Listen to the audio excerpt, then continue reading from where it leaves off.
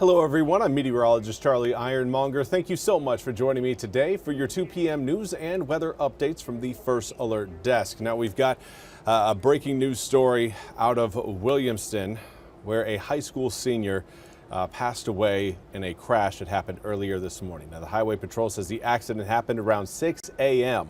on Highway 903 near Witchard Road just outside of Greenville. Troopers say 18-year-old Jaden Wiggins was heading south towards Greenville when his vehicle crossed the center line, hit a ditch and driveway, and overturned. The Williamston teen was not wearing a seatbelt and was thrown from his vehicle, according to the Highway Patrol. Troopers are not sure why the teen's vehicle ran off of the highway. The school system confirms that Wiggins was a senior at Martin County High School. Counselors were sent first thing this morning to the high school and the Martin County Schools Innovation Campus to support students and staff. A spokeswoman says counselors will return to both locations coming up on Monday. Now in other news, we want to turn our attention to Surf City, where a new license plate agency is set to open and begin business coming up on Monday. The agency will be located at 2634 Highway 210 East, Suite 205 at the Shops at the Promenade. They will be open Monday through Friday at 9 a.m. to 5 p.m. except on state holidays. Now, license plate agencies provide vehicle registration, title transactions, license plate renewals, replacement tags, handicap placards, and duplicate registrations. The agency replaces the previous agency that had been located in Hampstead.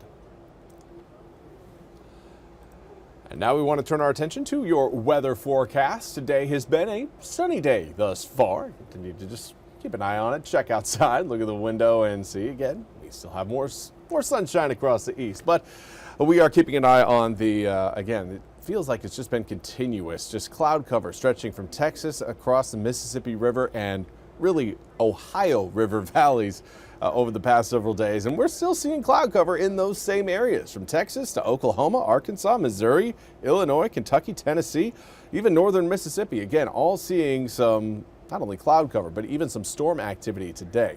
Let's zoom the picture in on what we've got here in eastern North Carolina. And yeah, a few passing clouds, but nothing that is going to be giving us any sort of rain anytime soon.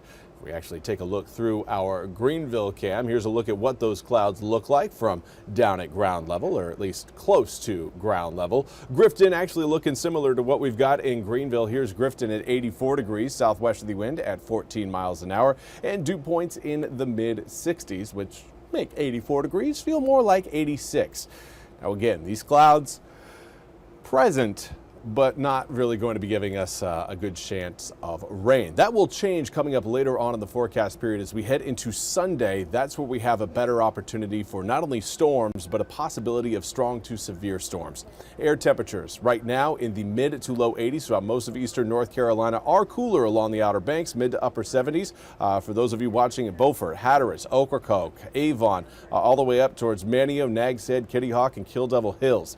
Now, winds have been present and noticeable throughout the area today. Southwesterly winds increasing both heat and humidity, but wind speeds for inland areas 7 to 15 miles an hour. Along the coast, it's more of a 10 to 20 mile an hour sustained breeze, and humidity also elevated. That will lead to a better opportunity for rain showers here as we head through the next few days. Now, we've got an opportunity for rain and a few thunderstorms coming in later on tonight. That front you're seeing back towards the west, well, that's a weak frontal system, but a weak system, given the right humidity levels, can also produce some heavy downpours and some strong showers and maybe even a few thunderstorms. That's what we've got coming up later on this evening. So if you do have Friday night plans, do note that we will have again a few isolated showers and maybe a stray thunderstorm or two popping up over eastern North Carolina that may force you to grab an umbrella before you head out the door.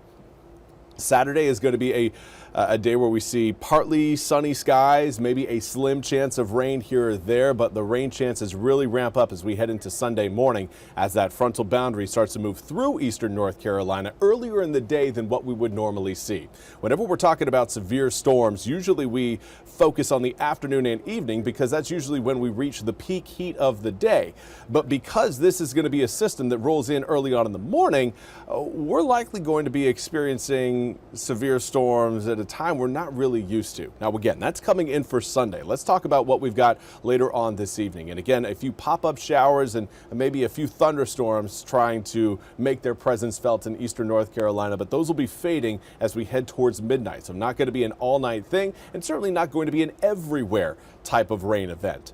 Early tomorrow morning, some rain showers back near I-95 will dissipate before they actually reach us here in eastern North Carolina, which again will keep us dry for the first half of the weekend.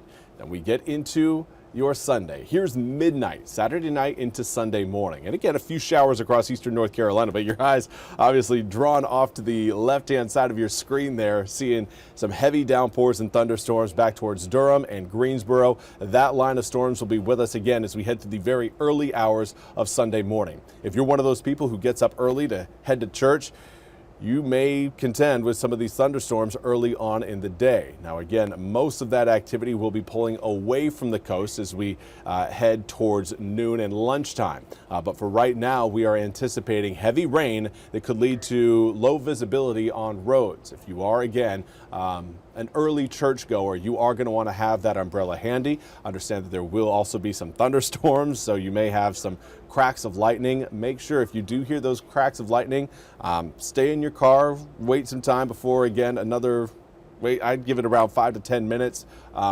See if things calm down a bit, but the last thing you want to do is go running outside with an umbrella in a thunderstorm, because all you're doing is holding on to a metal stick asking to be struck. So again, be careful Sunday morning if you are heading out the door for church.